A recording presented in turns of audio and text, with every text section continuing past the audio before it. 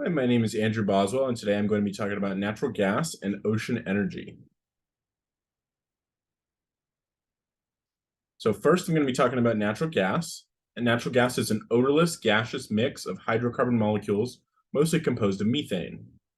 And it's considered non-renewable because it forms over millions of years through the action of heat and pressure on organic materials. It actually accounts for 30% of the energy used in the United States, and about 40% of it goes toward electric power generation, and 60% goes to residential and commercial uses, such as gas stoves. So here's some of the impacts of natural gas. First, we're going to be talking about the environmental impacts. So it actually emits about 50 to 60% less CO2 than oil or coal when used to generate power. So that's good. However, the drilling and extraction process is potentially very environmentally damaging. So there are three main types of extraction. There's vertical wells, horizontal wells, and fracking. Vertical wells, that would be your traditional well where they drill straight down into a natural gas pocket and let it seep up to the surface. Then a horizontal well is similar, except they drill straight down to a predetermined depth, and then they turn the drill bit sideways, and they can drill up to a mile or even more and drill into the gas pocket that way. And then there's fracking. And then fracking is basically they inject large quantities of water, chemicals, and sand into rocks at depth. And this kind of breaks up the rocks and allows the natural gas to seep into the well and then come up. And it's extremely damaging because it uses a lot of water. And that's actually one of the human impacts is the amount of water that it uses. It's problematic. And it also can contaminate groundwater sources as well. The other human impacts are that it releases toxic chemicals into the air, and it increases the rate of asthma and cancer near fracking operations.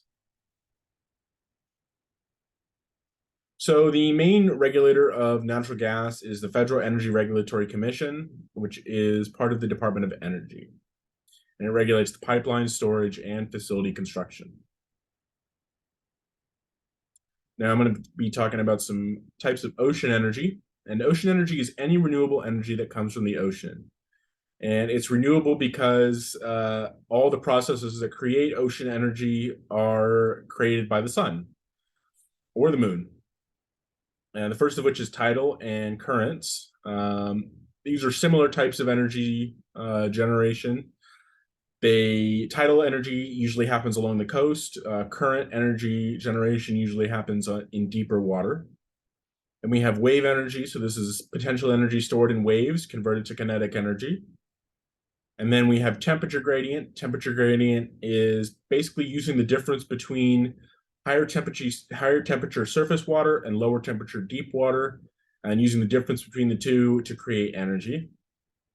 And then we have salinity gradient energy, and that's using the difference between fresh water and salt water, and basically using reverse osmosis to create energy. So now we're going to talk about some of the impacts. First, the environmental impacts. There's not too many.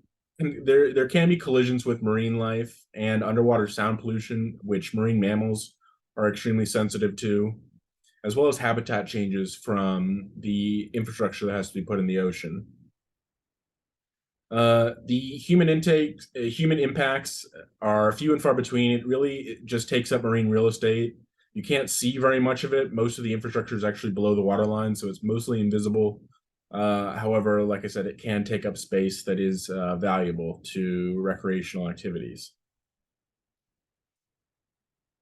And implementation and regulation. The regulation is done by the Bureau of Ocean Energy Management, and this is a subset of the Department of the Interior. And they facilitate the responsible development of any renewable energy resources offshore. So the main barriers to implementation are high installation costs, operation and maintenance costs. And this is true of anything that exists in saltwater. Salt is extremely corrosive, so pieces and parts have to be replaced quite often.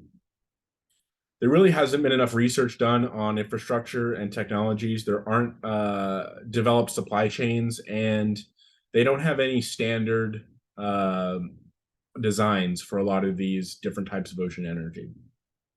And the regulatory requirements are extremely expensive since there's a lot of government agencies that regulate the coasts.